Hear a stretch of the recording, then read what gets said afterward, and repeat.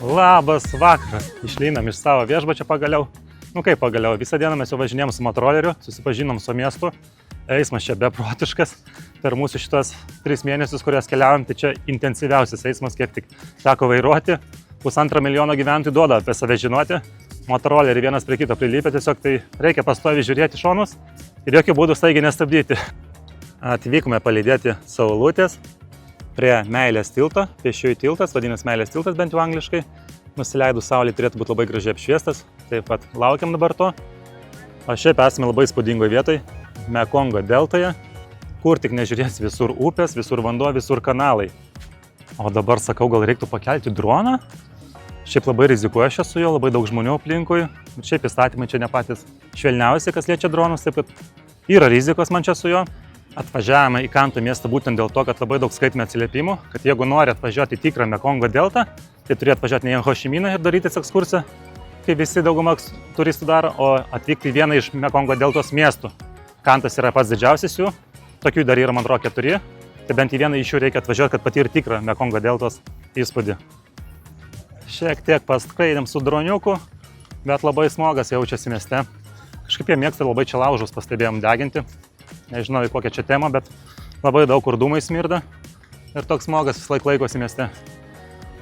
Nors čia taip pat 30 laipsnių, kaip ir prieš tai Vungtau mieste, kuriame gyvename prie jūros, bet klimatas iškart kitoks, daug dušniau, tvankumas, trūksta oro, visgi jūra duoda savo, pravėdina tą orą ir panašiai. Ir čia kažkaip karščiau netgi, ten 30 laipsnių neprakaitau, mačiau, prakaitėlės jau muša šiek tiek. Kanto miestas kol kas yra vietnamietiškiausias jo miestas, kuriame buvome apskritai per 2 kartus Vietname. Mažai jau turistų ir kainos, aišku, daug smagesnės, baisiai švis centus kainuojantis, arbūzai po 30 centų už kilogramą, ananasai irgi po 30-40 centų. Taip, kad tikrai net eini ir į kainas nežiūri. Daug kas čia parduoda tos vaisius. Atrodo apskritai, kad kiekvienas vietnamietis yra verslininkas. Visi restoranai jau pasipuošę, jau įjungia neonkės, laukia turistų, viskas paruošta vakarienėms. Visur viskas gražiai šviesta, apšviesta, bet tik ne mūsų tiltas, dėl kurio čia visi atvažiavome. Ką Vietname keista matyti, nuo ko mes Europoje jau senai atpratome, tai alaus reklamos, jos absoliučiai visur, einant į kiekvieną kavinę, ypatingai didesnius supermarketus, didžiulės tiesiog iškabos ir be to stebuklingų žodžio, nealkoholinis, viskas tiesiog taip, kaip pas mus buvo prieš 15 metų. Įdomiausia tai, kad į supermarketą net nereikia užeiti, kad nupirkti alkoholį, nes didžiuliai kiekiai tiesiog dėžimi stoja prie pat įėjimo, galima tiesiog sustoti, paimti dėžį ir keliauti savo keliais toliau. O prie ko man sunku priprasti, tai kaip jie geria tą alų, tai jie perka tiesiog dėžės alaus, nešaldo jo kaip mes, o perka tiesiog maišus ledukų, tai tiesiog meta ledukus į alų, kas gaunasi, kad skiedžia ir taip jau praskės alų. Man kaip lietuvė tai plyšta širdis nuo tokių vaizdų, kaip jie tyčiasi iš alaus. Žodžiu, dar 40 minučių liko, kol apšviestą tiltą. Kas čia vėl per kvapas senovinis, jaučiat? Kažkas iš praeities toks. Nemalonus toks biški, ne? Ir kurgi mes čia atėjome? Vadinu ją Sovietų Sąjungos alėją. Ar tik ne ponas Hošiminas čia stovi pas mus? Tokia kaip ir rimta vieta, gerbiamiausiam žmogui atminti Vietname. Bet gale pristatyta neonkių, kurios man čia atrodo labai ne į temą kažkaip. Labai jau čia ryškiai šviečia. Čia biški nežinau, kaip jum. Nu va, kol stumėm laiką, susitarėm rytojaus ekskursijai 3 valandų. Turėtų būti neblogi vaizdai. Taip, kad laukiam rytojaus. Tas jausmas, kai lauki 2 valandas, kada tiltas pradės šviest ir iš vietinių sužinai, kad jisai nešvies, nes sugedęs tiesiog. Problemos su elektra. Taip, kad atvažiuosim rytoj. Prieš grįžtant namo užvažiavome į vietinę Maksimą, kas mums labai patinka joje, kad kiekvieną vakarą tarp 8:30–9 yra padaroma 50% nuolaida visam maistui, kuris buvo pagamintas virtuvėje. Tai pavyzdžiui, šitas vištienos šašlykas kainavo 80 centukų. Pilna kaina irgi įspūdinga, €60, tai va tokios Vietnamo kainos. Sveikučiai, pradedam savo naują dieną naujame mieste, Kante. Ir šį kartą atvykome į kakavos fermą. Niekada dar tokiai nebuvom, tai bus įdomu susipažinti artimiau su kakava, su gėrimu, kurį gerdavom vaikystėje. Taip atrodo kakavos medis, nedidukas, 3 metrų kažkur. Ir taip atrodo jo vaisiai. Laukime dar porą minučių, kada prisijungs kiti grupės nariai. Ir sakė, prasidės mūsų ekskursija. Davė paragauti. Nu jo, skonis kaip lyčio.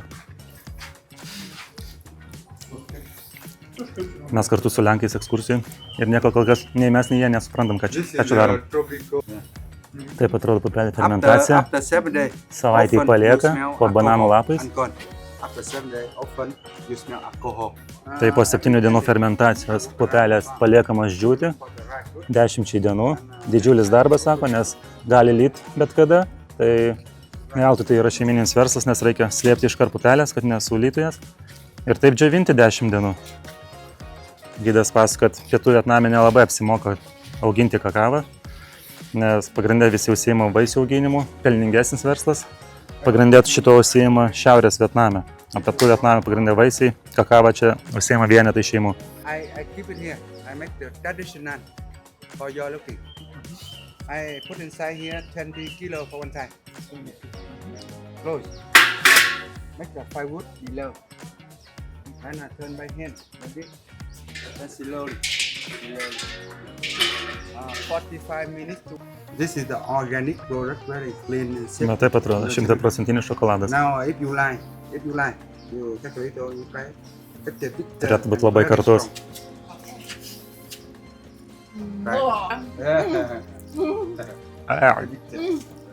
Tokio turbūt nepardavinėja. Nepirktų niekas tokio kartaus. Kaip tau? Baisiai kartu. Kažkada bandžiau 90% šokoladą baisiai kartu, bet čia taip sausa burnoj pasidaro, iškart net užsigert norisi. O dabar prasidės linksmiausia dalis ekskursijos. Ragausim kakavos gėrimus. Atneš šaltą ir karštą. Tai pasidalinsim su šeimyna. Lauki kakavas. Tu dar negėriai kakavas, lėliukai. O tu lauki kakavas? Nežinau, kažkaip jau keista gerti kakavą, kai jau nuo vaikystės atpratėjau ją gerti, ne? Nu ką, šeimyna, ragaujam? Čia cukriuką dar atnešė? Kažkaip nenatūraliai bus tada. Reikia taip ragauti. Pradėsim nuo šalto tada. And this is the chocolate candy. Dark chocolate. O, candy. Čia nesugrus, čia saldainiai kakavas. Gerai, paragausim. Skani? Bus ta karšta? Skiriasi skonis nuo tų, kai perki Maksimoj. Čia natūralesnė, aišku. Matai, visi produktai fermos atrodo. Kakava. Yeah. Like this. After one night it becomes solid. 100% cacao. Little bit. Jo, labai kartišta. A čia turim kakavos sviestą, kuris labai sunkiai pagaminamas.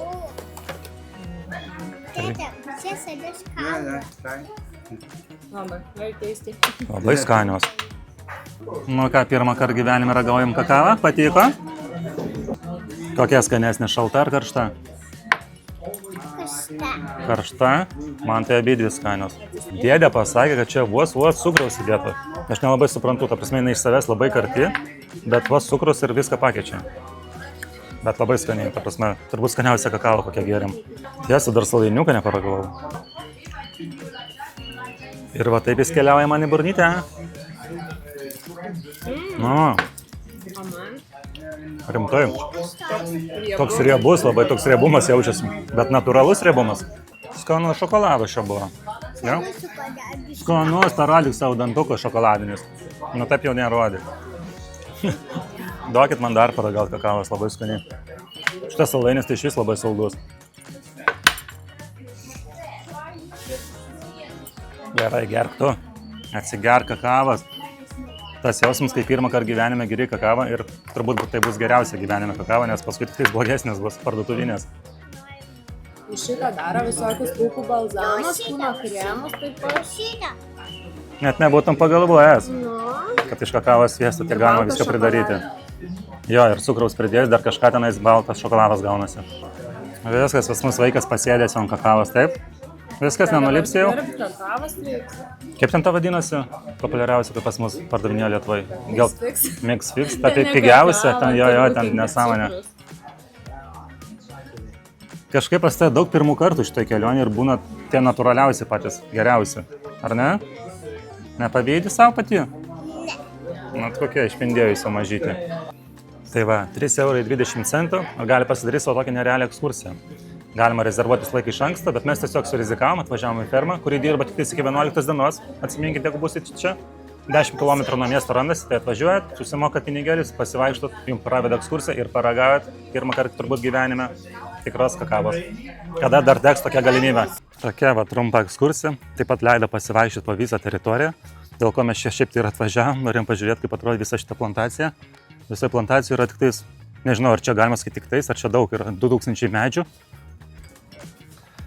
Iš viso savininkas pasakoja, kad per metus parduoda tik tais 3 tonas kakavos, 2 tonas amerikiečiam ir belgam, o likusią toną turistam pardavinėja kaip suvenyrus, ką galima va čia nusipirkti ir panašiai. O 1 tona kainuoja $10 000.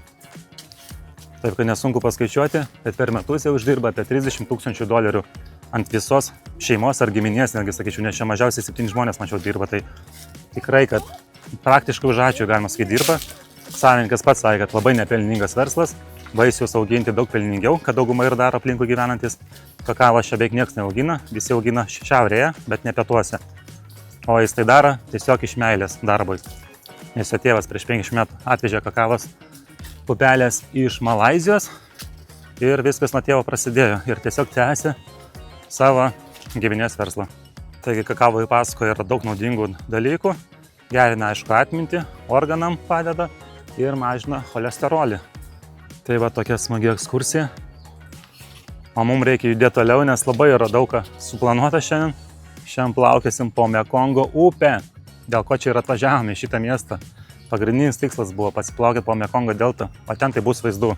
Lekiam.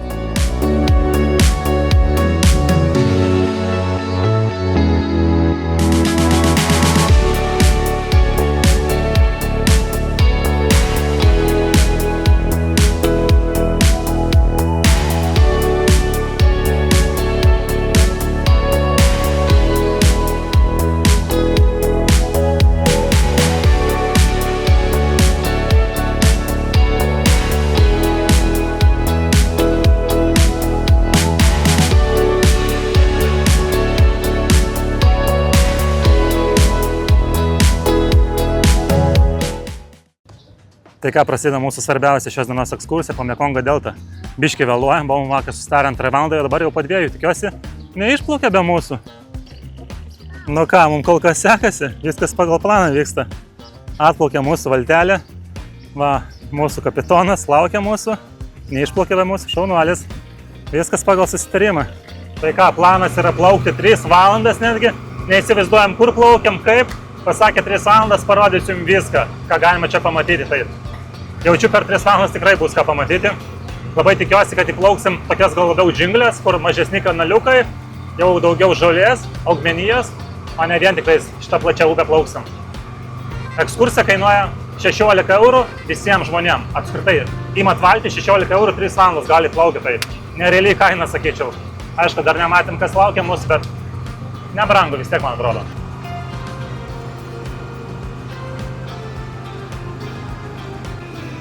Vyras prausė savo šunį, tiesiog plaukiant valtį. Prisižiūrėsime šiandien vaizdų. Ta čia yra tikras Vietnamas. Tuoj prasilenksim ir taip mūsų šiek tiek pamėtis. Ui! Bangos! O aš galvoju, iš kur tiek daug žolių iš tai upei. Pastoja kokosai plaukia, visokios žolės, krūmai. Pasirodo, va, iš kur, va. Va, kas mėto. Žiūrėkit, va kaip reikia mėtyti. Viską į upę. Upė išplauks paskui. Iš upės viskas į jūrą išplauks. Jau ne mano problema čia. O šiaip labai daug ir kitų šiukšlių, labai daug plastiko, tai baisu iš tikrųjų, ką žmonės daro su gamta. Va, apie ką aš kalbėjau. Maišai visokie, va, žolės. Tai va, per šitas šiukšlės jau kelintą kartą mūsų kapitonas išjunginėja variklį savo, nes į propelerį įsivinioja kažkas, tai tinkliukas kažkoks, tai plastiko maišelį, tai visokia. Tai reikia gesinti variklį, nuimdinio šiukšlės ir toliau tęs kelionę. Karma, patys žmonės šiukšlina ir patys savo gadinasi gyvenimą. Na, žiūrėkit, kiek kokosų plukdo. Kokosų magnatas. Ta prasme, 1000 kokosų. Ir nei vieno mum. Ten sustotų pasiūlytų. Urmininkas. Va taip, va čia gražiai žmonės gyvena. ant pastolių pastatyti namai. O mes priplaukėm dar vieną lankytiną vietą, Kanto mieste, plaukiantis turgus, bet nežinau, ar jis dabar dar dirba ar ne, nes, kiek skaičiau, jis pradėjo dirbti nuo 5 ryto. Čia didžiausias judesys būna, per visą upę plaukia laivelį ir panašiai, bet ar mes sugebėtumėm atsikelti taip anksti, kad čia nuvyk 5 ryto? Be šansų. Žmonos aš tikrai neprikelčiau taip anksti. Nors ir pats nenorėčiau. Va, kaip reikia išnaudoti savo turtą reklamoms. Upėj, va, reklamuojasi kažką tai. Oi, biški bangų mums čia padavė. Laivelis praplaukė. Atrodo kaip čeburėkai, ar ne? Bet ne čeburėkai. Va tai va vyksta prekyba. Ant laivo viršaus uždedama ta prekė, kurią parduoda. Tai čia matom ananasus pardavinėja. Šiaip dauguma jau praplaukėm laivelį, tai visi ananasus turiu pardavinėja. Populiariausia prekė. Šiaip ir pats dabar suvalgyčiau, jeigu jį supjaustytų. Na ir va, viskas į upę, kaip visada. Nulupam ir lupinės visas į upę. Teisingai. Žodžiai, sustosim, nusipirksim vieną ananasą, pažiūrėsim, ką šitą kainos. Įdomu, ar neuždurinės su kainom.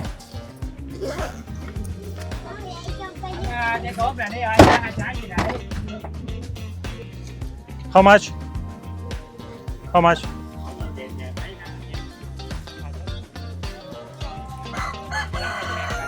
One.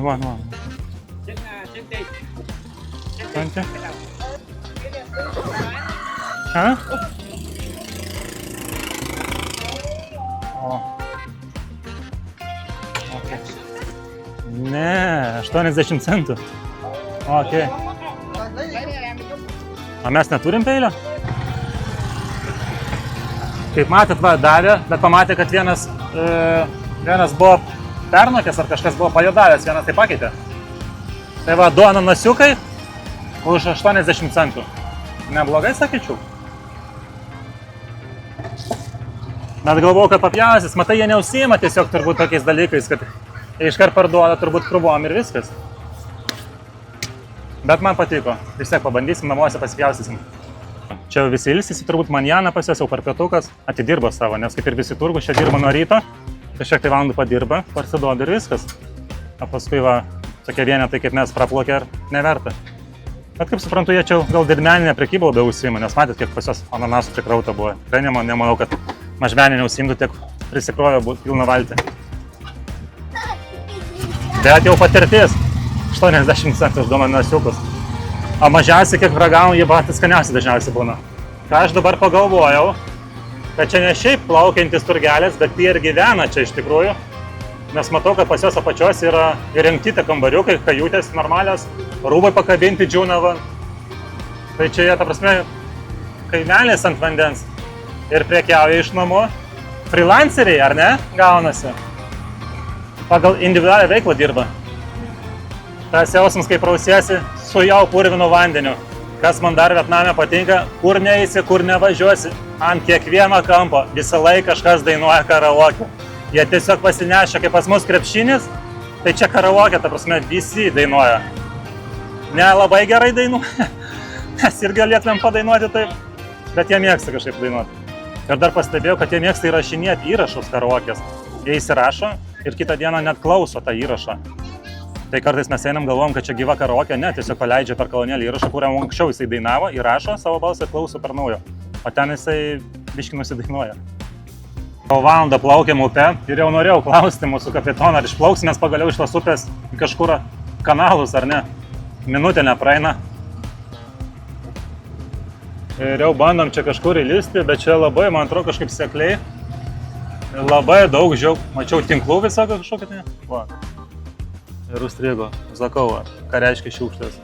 Pakliuvom į tinkliuką kažkokią tai. Ir atgal neša, nes mes dabar prieš srovę. Eisim.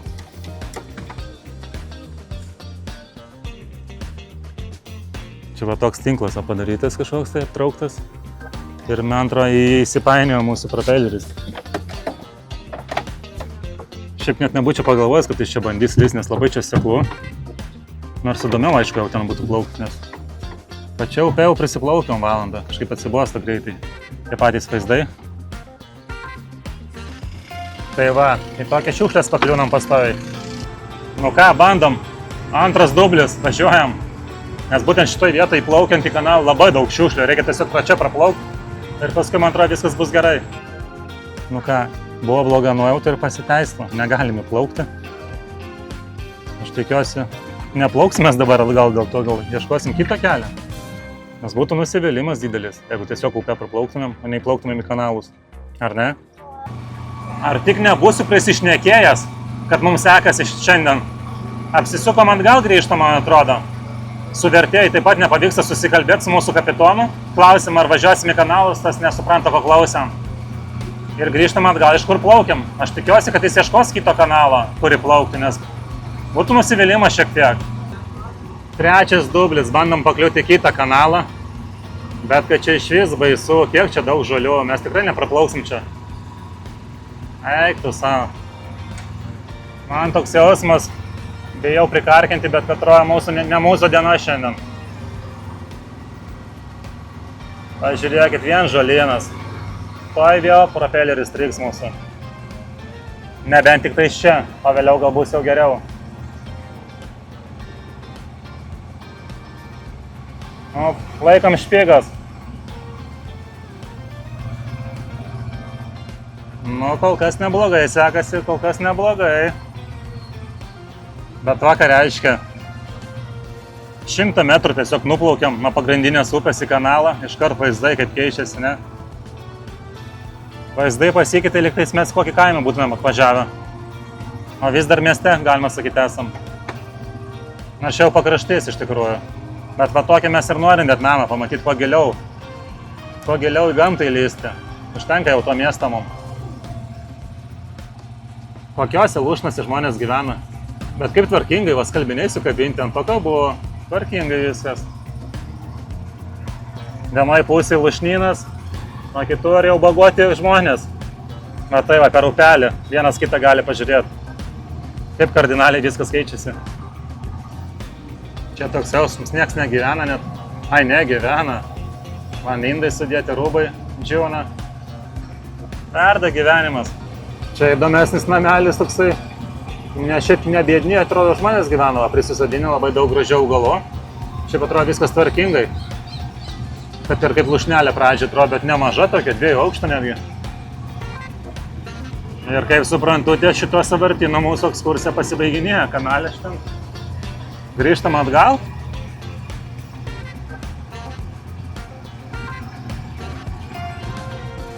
O aš galvoju, dar toliau plauksimės, ratą tiesiog padarysim ir išplauksim atgal, iš kur atplaukiam. O kapitonas sako, ne, galvokit iš naujo. Čia aš kapitonas, čia aš sprendžiu. Bet mes klientai, mes mokam pinigus, o jų dar nesumokėjom. Tai čia irgi dar nuo mūsų daug kas priklauso. Kas vaisius parduoda, o kas plytas. Prikrauta, normaliai čia plytų 1 tonų pasi. Ar dirba žmogus sekmadienį? Plauna savo laivelį. Šiaip pas man nekilo klausimas. O čia gyvena tikrai ne patys bedniausi žmonės, turi neblogus privačius namus. Atrodo, kaip ir perki tą namą privatų, kad turėtų gražesnį vaizdą, bet turi vaizdą į lūšnyną. Tai kaip čia suprasti, ar aš čia kažko nepagaunu, ar kaip? Čia pas mus tik tais mąstymas, kad reikia kažkokiam prestižiniam rajone gyventi, čia tiesiog va, į lūšnyną žiūri žmonės kasdien. Einam lenktynių su kitu laivu ir kol kas pralaimim. Va, iš kur dūmai eina pastoviai, pasirodo. Aš sakau, pas juos kažkaip labai daug mėgsta tuos laužus deginti ir jie lyg tai čia nebaudžiami yra už tai. Mieste daug kur važiuoja ir tiesiog dūmai siauti smirda ir jie kažką pastoviai degina. Ir tas labai eina į smogą. Iš drono, kai skrendi, labai matosi smogas ypatingai. O va ir mielosios mūsų šiukšlės. Kinoplastas, net šalmas. Ir daug visko, kas padaryta iš plastiko. Ką tik laivelis praplaukė, kuris plytas vežė, tai kapitonas iš vis maksimaliai atsibūdęs. Sėdi toksai ir su kojas pirštai suka tiesiog šturvalą. Mekongo deltai tikrai galim viską pamatyti. Verda gyvenimas čia. Kas ką veža, kas vaisiais prekiauja, kas mėly. Būgda pastoviai, kas plytas. Žodžiu, čia tikrai stipriai vystama labai laivyba. Mes, kaip suprantu, jau grįžtam anksčiau laiko namo. Žadėjo 3 valandas plukdyti, o plaukėm 2. Tai įdomu, kiek pinigėlių paprašys dėdė. Nes klientai tai nepatenkinti 100%. Štai norėjau daugiau pamatyti. Jūs ir turbūt norėjo daugiau pamatyti, ar ne? Nu. Pasibaigė mūsų ekskursija. Ne pačiu gražiausiu būdu, apie jį vėliau papasakosiu. Tiem prie savo motorolerių. Trečias kartas, kai palieku raktą viduj. Ieškom tą raktą, piniginės niekur nėra. Pasirodo, jisai laik čia buvo. Tai nepapasakojau, kuom viskas pasibaigė, kai atplaukėm, tai klausiu, kiek mokėt, sako, 16 eurų. Sakau, kaip 16 eurų, buvo susitarimas 16 eurų 3 valandas. Aplaukėm 2. Klientas nepatenkintas, tuo labiau nepamatėm to, ką žadėjo. Čia apskritai galėjom dar 1 valandą plaukėti, nes čia yra kur plaukėti, čia Mekongo delta. 100 km į kairę į dešinę plauku, kur tik nori. Ne, 16 eurų, daviau 12. Tai nelabai buvo patenkintas. Aš ir kaip klientas buvau nepatenkintas. Ką daryti tokiai situacijai? Pakeliui grįždami dar paėmėm arbuziuką, kuris taip pat kainuoja labai pigiai, 40 centų už kilogramą. Tai va čia, ką matote, šitam futbolo kamuoliui mažam yra 2 kilogramai. Bandom pjauti ir ragauti. Gerai, kad nevalgėm jo šilto, kai nupirkom. Įdėjom į šaldiklį, atšaldėm šiek tiek, tai idealiai dabar. Vietoj ledų. Labai skanus, labai saldus. Arbuziukas tai neprinokęs. Nu. Pasakysim kitą kartą dėdei, kad skanesnį duotų. Atvažiavom pavalgyt, kur kiekvieną vakarą važiuojam į savo mėgstamiausią prekybcentrį, kur yra viskas. Ir korėjiečiai, ir vietnamiečiai, ypatingai labai populiarios kavinės, kur susimokė pinigus ir valgai kiek nori. Dabar į tokį reisim. Tai sėdame į savo vietą, kur jau ne kartą valgėme. Tai žodžiu, už 6 eurus valgai kiek nori, leliukas iki metro, būtent pagal ūgį matuoja iki metro, valgo nemokamai. Čia įpjausiu mums tai sriubytę, pats paskui prisidedi priedus, kiek nori mėsos, kiek nori daržovių ir panašiai. Ir atskirai, aišku, gali prisidėti visko, ko tik nori, vaisiai yra, mėsos, makaronai ir panašiai. Pagrinde korėjietiška virtuvė, tokia vietnamietiška korėjietiška maišyta. Duoja tokias metalinės lėkštutės, kažkodėl kalėjimo man jos primena, nors nesėdėjau. Ir visą laiką tik prisėdus iškart neša sąskaitą, iš karto. Einam, prisipildysim savo lėkštę. Būtinai paimam makaroną, nes vaikas mėgsta ir aš mėgstu. Įsidedam šitų makaroniukų. Oi, kaip sunkiai plyšta jie. Paik, man atrodo, bus avarija. Kaip aš tunkuoju, jis atrodo, pažiūrėkit, kaip kava viskas. Gerai, mėsytės reikia būtinai, ar ne? Mėsytės, bliama, jau bardaką darau. Mėsytės dar daugiau kitos. Jaudinas biški, mane čia dabar visi žiūri. Turistas baltaodis, jų ir taip čia ne per daugiausiai buvo dar su kamera, tai patys suprantat. Pasirinkimas nėra pats didžiausias, bet pavalgyti skaniai tikrai galima už 6 eurus. Yra dar mačiau su šiuku šiek tiek, nes su šiukais mes jau atsivalgiam. Taip pat į kainą įeina kava, arbata ir spraitukas su kola. Oi, blem, užsikalbėjau, perpėliau biškį. Sakau, jaudinuos aš labai. Turim darbuotoją, kurie atsakinga už sriubą. Sušiai tai įdomus būna su kukurūzais, su balta mišrainė visokie ir panašiai. Lietuvoje tokį nepamatysi, bet ko tik neprimasta jie čia. Dažniausiai valgom kavinėse po 3-4 eurus ir kartais užėmėm tokias vietas. Ką tu čia rodai? Aš pats nežinau, kas čia tokia. Ja, Vietname su maistu yra toks dalykas, kad dažniausiai nesupranti, ką valgai. Kukuliukai kažkokie neaiškus pastai būna ir panašiai. Mėsa pastebėjom pačias labai kitokios spalvos negu pas mus. Pas mus tokios spalvos iškart galvotų, kad kažkokios antros rūšies jinai. Nors čia gali būti, kad taip pat ir yra. Kiek dešrelės pirkdavom parduotuvėse, tai ne kažkas skonis būdavo. Arba nežinau, arba ten kokybė ne ta, arba mes tiesiog nepratę prie tokių skonių. Tik šiek tiek keista mums čia valgyti, nes čia vat įėjimas jau į patį prekybcentrį, pastovi šimtai žmonių vaikšto. Ir va toks va dėmesys būna. Valgai ir pastovi gerbėjai, fanai, subscriberiai ateina. Ela. Mes čia baltaodžiai, kaip kokios bežionėlės zoologijos sode. Turistų ne per daugiausiai šitą mieste. Tai visą laiką pastovi bado pirštais į mus, nes nematė tokių kaip mes. Tokių ėdrūnų kaip mes nematė. Tai va, tokios vakarienės pas mus Vietname. Viskas skanu ir pigu, kaip visada. Policija greičiausiai turi važiuoti, lėčiausiai važiuoja kažkodėl. Prašom sustoti dešiniai kelio pusėj. Pas mus vaikas, kadangi sunkiai valgantis, tai pastoji turim reketuoti kažkom, prižadėti arba ledu, arba mašinytėm pavažinėti. Tai šiandien atėjo mašinyčių eilė. Tai Vietnamas eilinį kartą pamuša kainų rekordus. Lietuvoje Vilniuje esame 8 eurus mokėjau šitas mašinytas už 10 minučių. Tailandė mokėjom 2,70 eurų, o čia sumokėjom 80 centų. Už 10 minučių 80 centų, tarpsme 10 kartų pigiau negu Lietuvoje. Kaip taip gali skirtis kainos? Grįžome prie Meilės tilto.